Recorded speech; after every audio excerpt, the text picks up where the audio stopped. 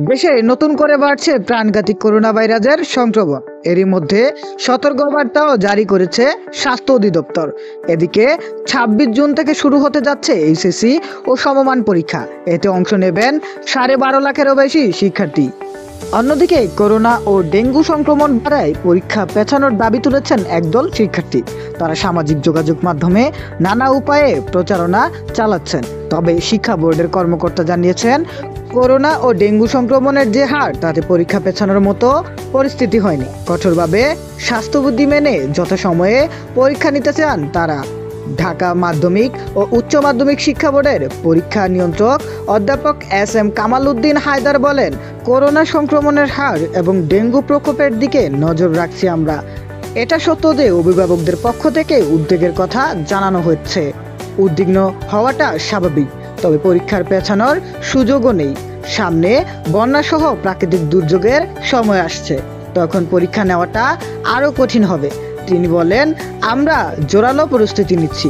শিক্ষার্থী, কক্ষ পরিদর্শক সহ সবাইকে কঠোরভাবে স্বাস্থ্যবিধি মেনে পরীক্ষার হলে প্রবেশ করতে হবে।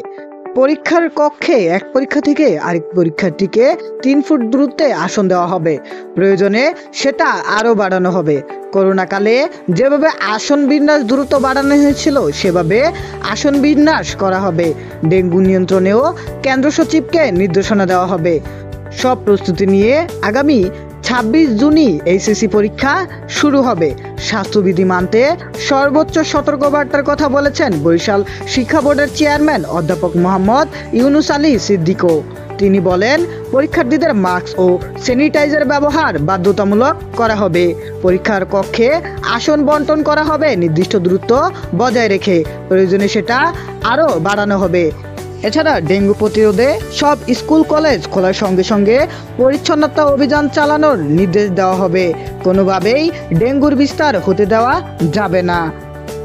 আন্তঃশিক্ষা বোর্ড কমিটি সূত্র জানায়, চলতি বছরে এইচএসসি ও সমমান পরীক্ষায় অংশ নিতে ১১টি শিক্ষা বোর্ডের অধীনে ফরম পূরণ করেছেন ১২,৫১,১১১ জন পরীক্ষার্থী।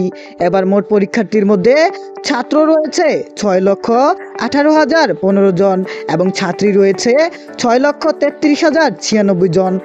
গত বছর অর্থাৎ ২০২৪ সালে এইচএসসি ও সমমান পরীক্ষায় অংশ নিয়েছিলেন ১৩,৩২,৯৯৩ জন শিক্ষার্থী।